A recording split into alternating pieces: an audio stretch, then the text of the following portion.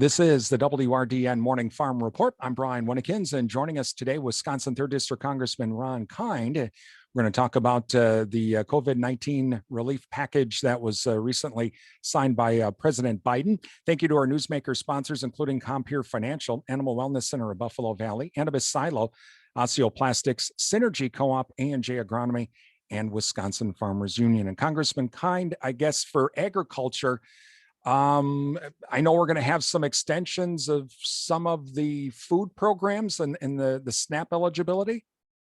Yeah, well, good morning, Brian. Great to be with you as always. And I'm happy we were able to pass the American Rescue Plan, the next COVID package.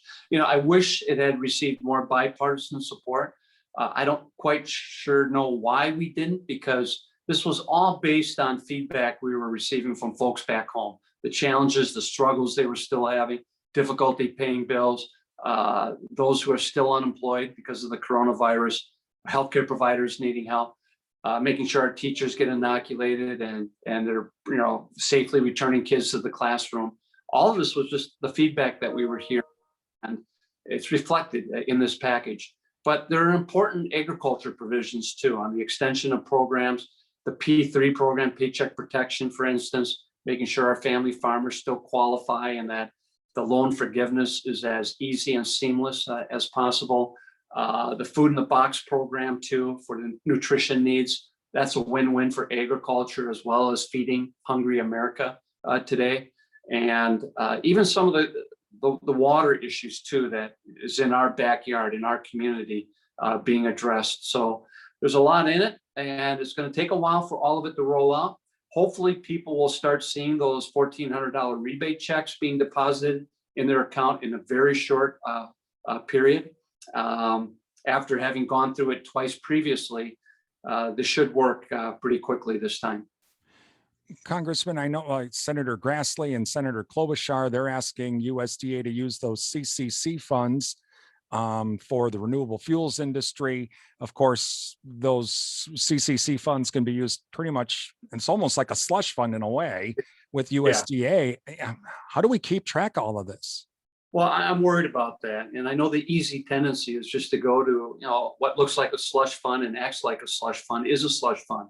But with it comes a lot less accountability. And I think we need to maintain that to make sure that the money isn't being wasted and it's going for its intended purpose. So I can certainly understand the desire, given the previous administration's ease at tapping into that CCC funding for direct farm payments to make up for the trade war that we had with China. But I don't think that's a very good sustainable way to be supporting these type of programs. Certainly not in the long term. These are one-off hits when you tap into CCC. We need more certainty and more predictability with the programs. And that's where Congress needs to get back to work and just start doing. Congressman Kind, when the pandemic started a year ago, we had such a shock to the food processing system, especially the dairy industry, the meat industry. And is there any provision in this to help local butchers be able to sell across state lines, state inspected facilities be able to sell across state lines? Yeah, absolutely. I've been working on that issue given our area again. And a lot of that cross-border transactions that we see, Wisconsin, Minnesota, Iowa, Illinois, and there are still some wrinkles to that. There was some easing up of those requirements, but we want to make sure that as long as the safety concerns are being addressed, and I get that, each state has their own peculiarities, we can't make cross-border commerce this difficult. And it would be a real help, for our local processors and our producers at the same time. So it's one of those weird, state to state issues that needs to get resolved. Just like telemedicine across the border, you can't imagine how much difficulty it's been given different licensing requirements in like Wisconsin, Minnesota, and Iowa when it comes to basic telemedicine transactions. So, these are the type of things that we ought to be able to work out with a great nation like ours. You mentioned medicine, rural hospitals, and rural nursing home facilities. Will they be helped in this bill?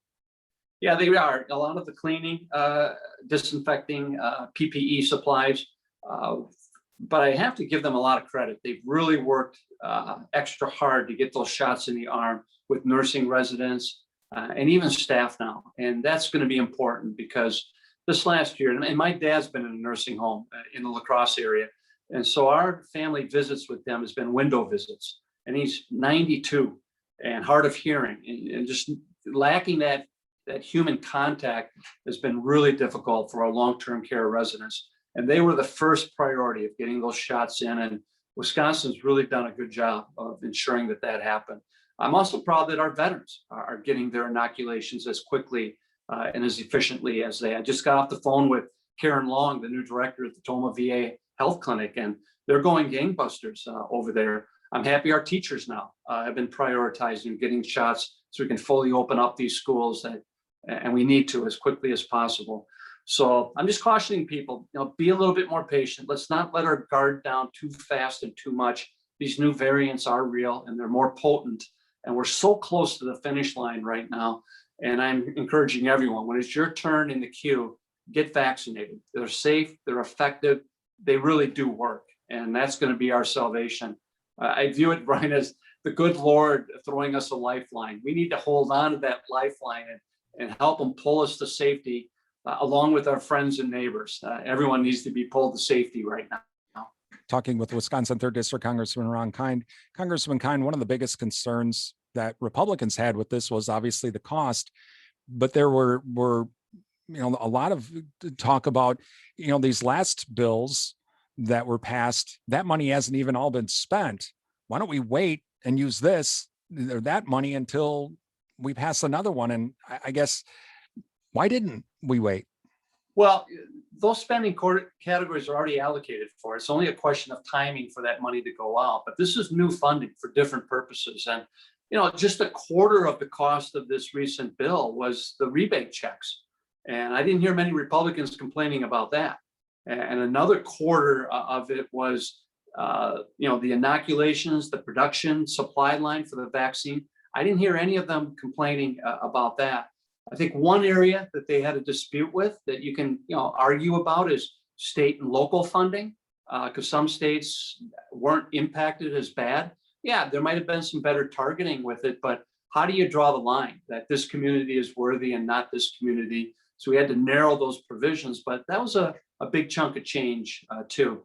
Now, watching the coming days though, Brian, I'll guarantee you a lot of my Republican colleagues who voted no are going to be back home taking credit for a lot of the good stuff that's going out.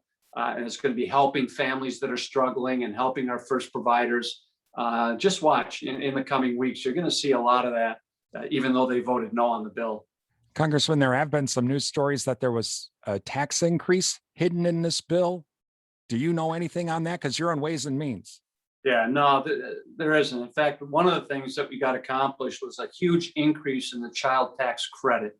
And this is going to lift half the kids currently in poverty out of poverty over the next year. And that's going to bring a lot of relief to those families struggling with young children in it. It's going to go up from $2,000 to $3,600.